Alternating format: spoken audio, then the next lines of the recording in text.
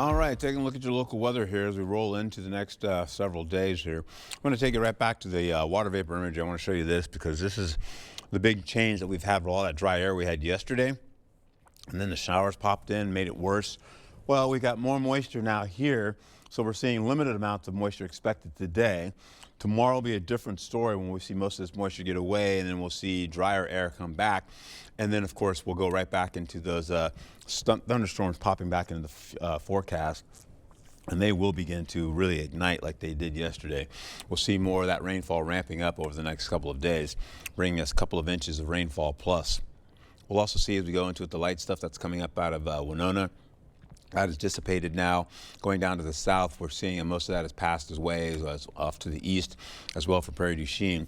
Taking a look at all the storm activity, this is on the way coming our way as we go from Wichita all the way from Omaha going through Iowa. That is on the way. Another batch coming in out of Texas as well. And that's going to be coming out of Mexico, so we're going to see abundance of moisture still holding on to our forecast region, driving directly toward us. And that's going to happen for the next few days here as we finish out going into your weekend and start to dry out just a little bit. In fact, even your weekend is not going to be as dry as it looked. We knew we were getting storms on Sunday, but we may even see some storms coming in for Saturday. Hey, how about this? We get into the highs for Tuesday, looking at a little bit of rainfall.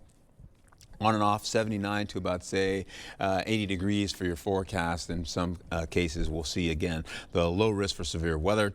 You're seeing that down to the south of La Crosse, going southward down to the southern portion of Wisconsin.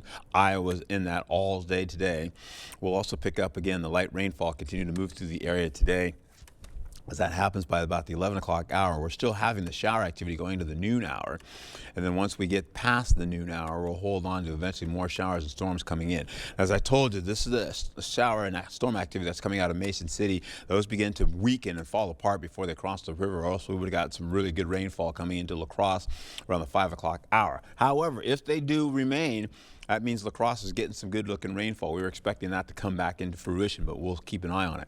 Going all the way into Tuesday night, we should see some more showers coming back in, but they're coming in later.